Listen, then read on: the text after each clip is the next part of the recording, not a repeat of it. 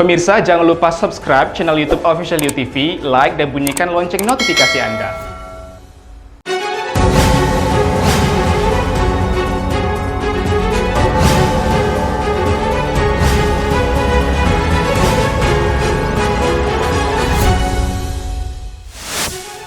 Penolakan warga Desa Wadas terkait pengukuran lahan tambang sempat memanas lantaran sejumlah warga ditangkap oleh petugas. Ditjen PSDKP berhasil hentikan aksi pencurian ikan oleh kapal berbendera Malaysia di Selat Malaka. 4 awak kapal kewarganegaraan Indonesia berhasil diamankan. Putra Gubernur Kalimantan Utara meninggal dunia dalam kecelakaan tunggal usai menabrak pembatas busway hingga mobil tersebut terbakar. Halo pemirsa, kita berjumpa dalam program UNews. Program ini memberikan informasi bermakna kepada Anda mengenai sejumlah peristiwa menarik di tanah air. Bersama saya, Yulia Dwi Utari, dan inilah UNews lengkapnya. Sejumlah warga Desa Wadas menolak pengukuran lahan tambang untuk pembangunan bendungan Bener. Penolakan warga ini sempat memanas lantaran sejumlah warga ditangkap oleh petugas yang diduga sebagai provokator dan membawa senjata tajam.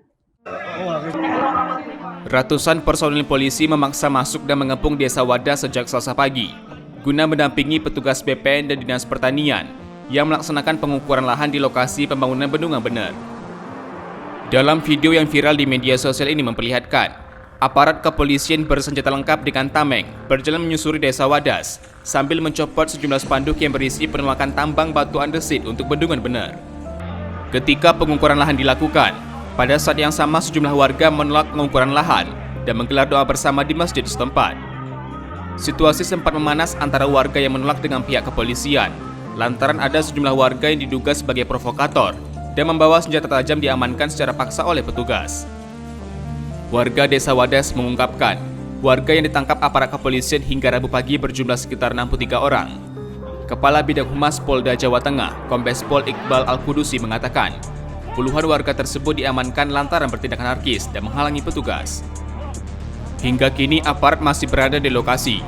Sementara itu, listrik di Desa Wadas sejak Selasa sore tidak menyala. Warga menduga aliran listrik tersebut sengaja dimatikan. Pengukuran lahan akan berlangsung hingga 10 Februari mendatang. Nantinya Desa Wadas akan menjadi lokasi penambangan batu andesit atau quarry untuk material pembangunan bendungan Bener yang merupakan salah satu proyek strategis nasional. Tim UTV mengabarkan. Polisi militer Lantamal 10 Jayapura berhasil menangkap oknum warga sipil yang diduga melakukan penipuan dengan modus menjadi calo penerima prajurit TNI Angkatan Laut.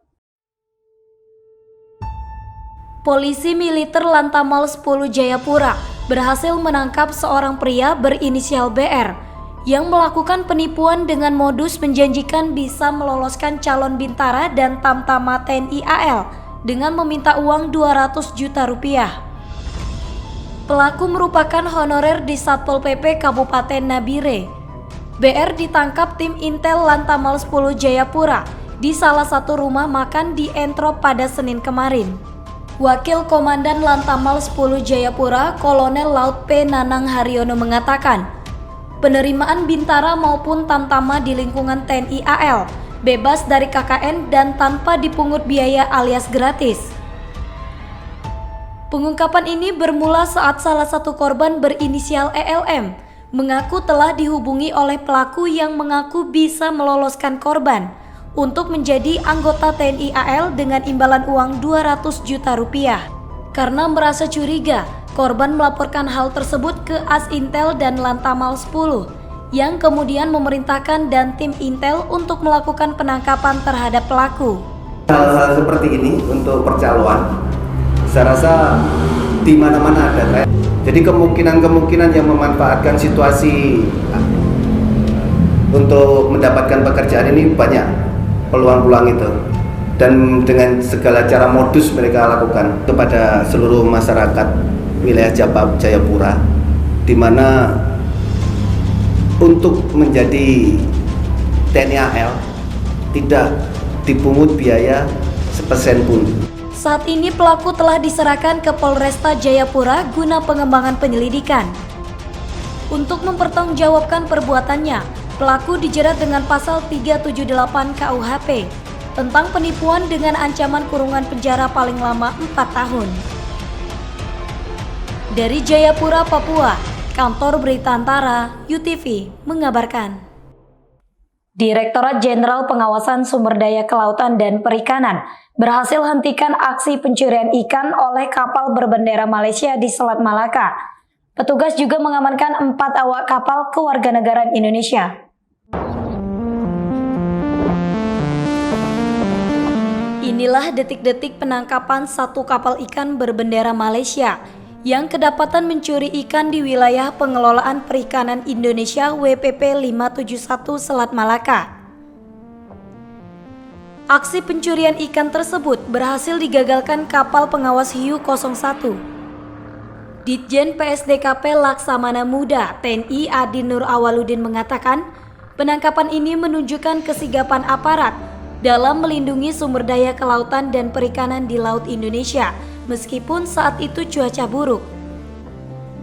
Selain mengamankan kapal ikan dengan nomor KM PKFA 7496, petugas turut mengamankan 4 awak kapal kewarganegaraan Indonesia bersama barang bukti ikan hasil curian. Diindikasikan kapal tersebut melaksanakan pencurian ikan di zona ekonomi eksklusif Indonesia dan juga menggunakan alat tangkap yang dilarang, yaitu trol.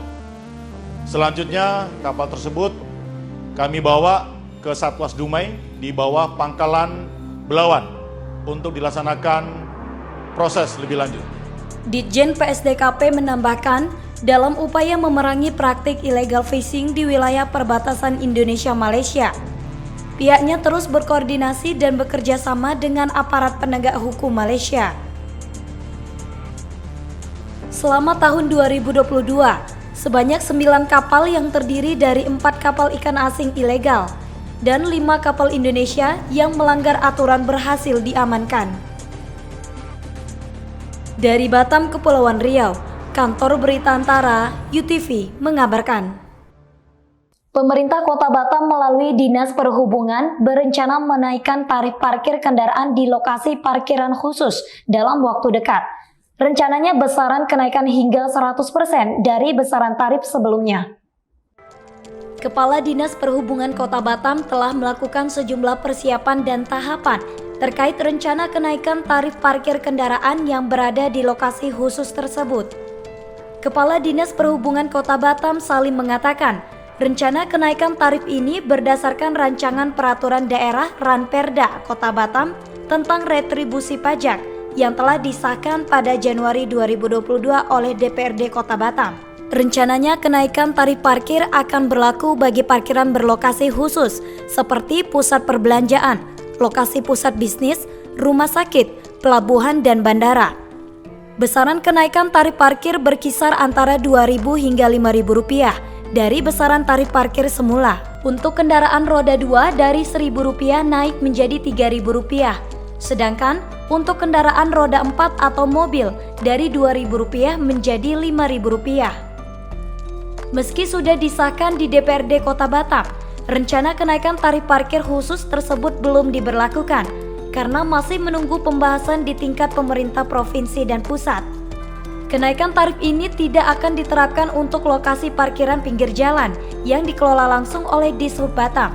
Kenaikan yang terjadi ini adalah parkir khusus atau pajak parkir, bukan retribusi parkir tepi jalan umum, tidak. Ya, itu harus itu kan memang rencana sudah diputuskan di Dewan sini untuk naik, cuma kan masih tahap evaluasi di provinsi maupun di kementerian. Apabila itu disetujui maka akan diberlakukanlah itu terjadi kenaikan itu tadi kan. Berarti tahapannya masih dibahas Pak ya? Ya. Disahkan dan setuju nanti baru akan diberlakukan itu. Salim menyatakan, rencana kenaikan tarif parkir juga akan memperhatikan zonasi untuk ditetapkannya besaran kenaikan tarif parkir dalam waktu dekat. Kebijakan tersebut diambil untuk meningkatkan pendapatan asli daerah atau PAD dari sektor retribusi pajak. Dari Batam, Kepulauan Riau, Panca Nugraha, UTV mengabarkan. Pemirsa, sebuah video viral di media sosial memperlihatkan seorang pengantin wanita menangis di pelaminan tanpa didampingi pengantin pria saat resepsi pernikahan. Dikabarkan pengantin pria kabur saat melangsungkan akad nikah.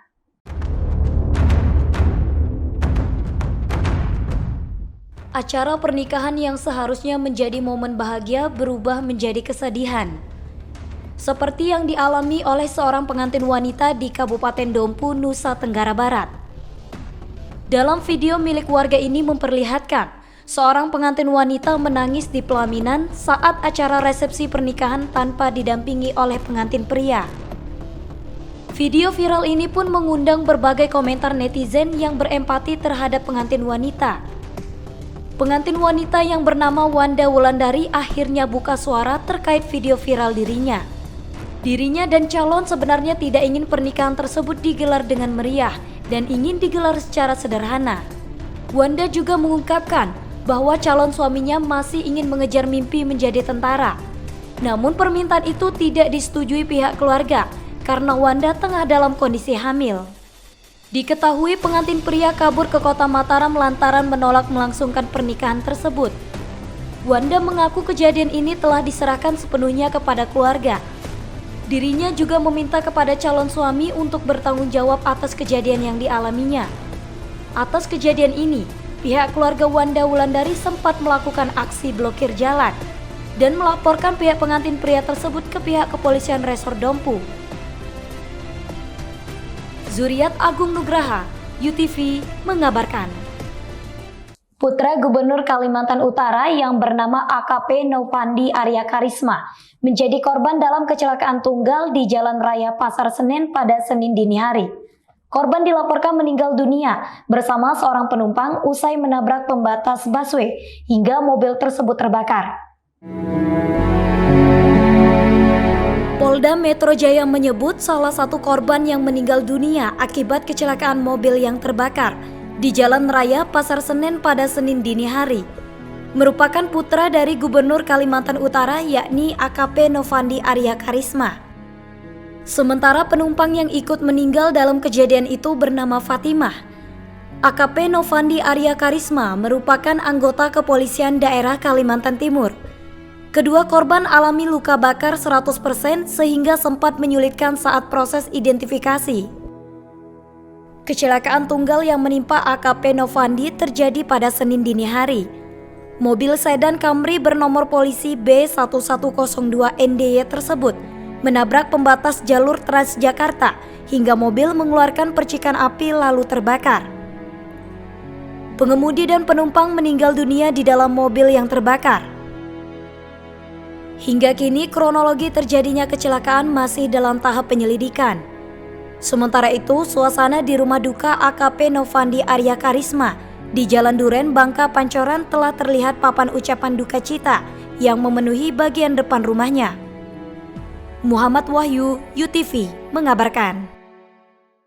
Dinas Ketahanan Pangan dan Pertanian Klaten melakukan vaksinasi antraks ke 6.000 ternak sapi dan kambing di 8 desa yang berbatasan langsung dengan Kabupaten Gunung Kidul, Yogyakarta. Vaksinasi dilakukan untuk mengantisipasi penyebaran bakteri antraks masuk ke wilayah Kabupaten Klaten. Pasca ditemukannya kasus antraks pada sapi yang mati di Kabupaten Gunung Kidul, Yogyakarta beberapa waktu lalu. Penyuntikan vaksinasi antraks oleh petugas ini dilakukan di Desa Gentan, Kecamatan Gantiwarno, Jawa Tengah, Selasa 8 Februari. Selain vaksinasi antraks, hewan ternak juga diberikan vitamin. Penyuntikan vaksin dilakukan secara bertahap, akan tetapi pemerintah memprioritaskan di 8 desa yang berbatasan langsung dengan Kabupaten Gunung Kidul, Yogyakarta yang menjadi daerah tertular. Kepala Dinas Ketahanan Pangan dan Pertanian Klaten, Widianti, menjelaskan, pemberian vaksin diharapkan membuat kondisi ternak menjadi sehat dan tahan terhadap penyakit.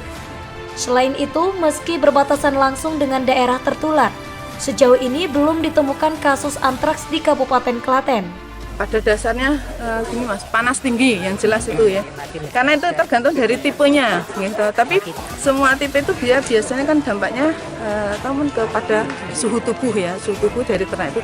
Jadi kalau suhunya tinggi, nah ini perlu kita curigai. Walaupun suhu tinggi itu mungkin belum tentu antrak, tapi kita harus mencurigai karena saat ini kan baru ada wabah antrakan seperti itu. Ikutin vaksin tapi biar sapinya sehat. Dan memang khawatir Pak dengan adanya antraks ini. Iya. Khawatirnya seperti apa Pak? Ya, takut kejadian ya enggak lah. Kan pernah kejadian ada yang mati itu. Jadi cuma itu aja. Setelah disuntik perasaannya gimana Pak milik sapi Pak? Udah lega, senang ya. Pemerintah daerah menghimbau kepada para pedagang maupun peternak agar tidak mengambil maupun membeli daging dan pakan dari daerah tertular.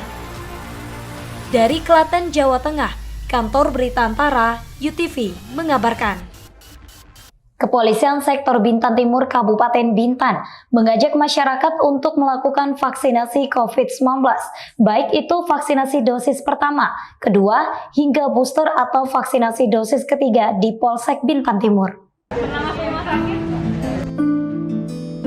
Polsek Bintan Timur menyediakan pelayanan vaksinasi untuk masyarakat yang belum melakukan vaksinasi maupun yang ingin melakukan vaksinasi lanjutan. Pelayanan vaksinasi COVID-19 dilaksanakan setiap hari Senin sampai Jumat, pukul 8 pagi sampai pukul 3 sore. Kepala Kepolisian Sektor Bintan Timur AKP Suwardi ditemui Selasa 8 Februari mengatakan, bagi masyarakat yang ingin divaksin, cukup membawa identitas diri seperti kartu tanda penduduk dan kartu keluarga. Bagi yang ingin melanjutkan vaksinasi, masyarakat bisa membawa kartu vaksinasi sebelumnya untuk ditunjukkan ke petugas vaksinasi. Sepanjang Januari 2022, sebanyak 2.719 masyarakat yang telah melakukan vaksinasi di Polsek Bintan Timur. Selain di Polsek Bintan Timur, pelayanan vaksinasi di wilayah Polres Bintan juga tersedia di Polsek Bintan Utara. Jadi kami melalui Babinkan Humas, terus kami menghimbau mengingatkan kepada masyarakat supaya segera melaksanakan vaksin 1, 2, dan 3. Begitu juga dengan lansia, juga kami mengharapkan melalui Babinkan Humas yang untuk mengajak dan lansia untuk melaksanakan vaksin. Dari Bintan, Kepulauan Riau, Andri Dwi Sasmito, UTV, mengabarkan. Bandar Udara Hang Nadiem Batam menyatakan kesiapannya menyambut penerbangan internasional, menyusun rencana pemerintah pusat menjadikan Batam sebagai salah satu pintu masuk bagi wisatawan mancanegara. Sejumlah kesiapan sarana dan prasarana yang ada di Bandara Internasional Hang Nadiem Batam terus dilakukan untuk mendukung penerbangan luar negeri. Mulai dari fasilitas kesehatan seperti alat tes cepat COVID-19 bagi Wisman Travel Bubble, penerbangan reguler dari dan ke luar negeri. Fasilitas ruang tunggu hasil tes kesehatan serta pemeriksaan paspor juga dipisah satu dengan lainnya. General Manager Badan Usaha Bandar Udara Hang Nadiem Batam, Bambang menyebutkan pihaknya telah menyiapkan segala sesuatu guna mendukung kelancaran rencana dibukanya penerbangan internasional melalui Batam. Sejumlah sarana pendukung seperti jalur dan skema screening para penumpang akan dilakukan secara lebih selektif. Bagi penumpang internasional akan menggunakan jalur yang ada di area Terminal A1 dan A2 Bandara Hang Nadiem Batam. Untuk di ruang tunggu berkapasitas 200 orang itu, telah disiagakan 10 unit alat tes cepat COVID-19 bagi pelaku perjalanan internasional. Siap terkait dengan keberangkatan dan kedatangan internasional ya. Jadi Hang Nadiem sebelumnya kan sudah ditetapkan sebagai entry point kedatangan internasional. Sudah ditetapkan seperti itu. Jadi di sini sudah siap dari beberapa bulan yang lalu sudah kita siapkan, di mana kita sudah menyiapkan tes tes PCR yang 1 jam kita sudah ada, peralatannya sudah ada. Jadi intinya kita siap untuk sebagai wisatawan internasional, sudah siap. Pihak Bandara Hang Nadiem Batam menyebut saat ini masih menunggu instruksi pemerintah untuk membuka jalur internasional bagi Wisman. Penerbangan jalur internasional di Batam masih belum berlangsung. Sejauh ini penerbangan masih didominasi jalur domestik antar provinsi di tanah air. Dari Batam, Kepulauan Riau, Panca Nugraha, UTV mengabarkan. Presiden Joko Widodo mendukung regulasi terkait pers di Indonesia segera diterbitkan untuk mendukung penataan ekosistem industri pers nasional. Pemerintah mendorong diterbitkannya regulasi pers di Indonesia guna terciptanya iklim kompetisi yang seimbang dalam industri pers di tanah air. Untuk itu pemerintah menawarkan 3 opsi, yaitu dengan merancang undang-undang baru, merevisi undang-undang yang lama, atau penerbitan peraturan pemerintah atau PP. Hal tersebut disampaikan Jokowi pada puncak peringatan Hari Pers Nasional HPN 2022 yang digelar oleh Persatuan Wartawan Indonesia PWI di Kota Kendari, Sulawesi Tenggara pada Rabu tadi melalui video conference. Jokowi menjelaskan ekosistem industri pers harus ditata agar terciptanya iklim kompetisi yang lebih seimbang dalam dunia pers di Indonesia. Media arus utama harus secepatnya bertransformasi, inovatif, meningkatkan teknologi guna mengakselerasi pertumbuhan yang sehat, dengan mengisi platform dan kanal dengan berita yang baik. Kedaulatan informasi harus diperkuat dengan menciptakan platform di video nasional, sehingga terjadi keseimbangan antara platform lokal dan global. Ada PBI dan Dewan Pers, agar regulasi itu segera bisa kita selesaikan. Saya akan dorong terus setelah nanti pilihannya sudah ditentukan, apakah undang-undang baru, apakah revisi undang-undang lama, atau memakai PP. Sehingga menjadikan industri pers semakin sehat dan kuat. Jokowi menambahkan, sebagai negara demokrasi terbesar di dunia, kebebasan pers di Indonesia merupakan hal terpenting dalam mendorong agenda besar bangsa. Selain itu, transformasi digital dalam ekosistem industri pers diperlukan untuk menghasilkan karya-karya jurnalistik yang berkualitas, lebih cepat dan tetap akurat. Tim Kantor Berita Antara, UTV, mengabarkan. Badan Narkotika Nasional Kota Tanjung Pinang dan Dinas Pendidikan Kota Tanjung Pinang akan menggelar penyuluhan bahaya narkoba kepada siswa-siswi di Tanjung Pinang.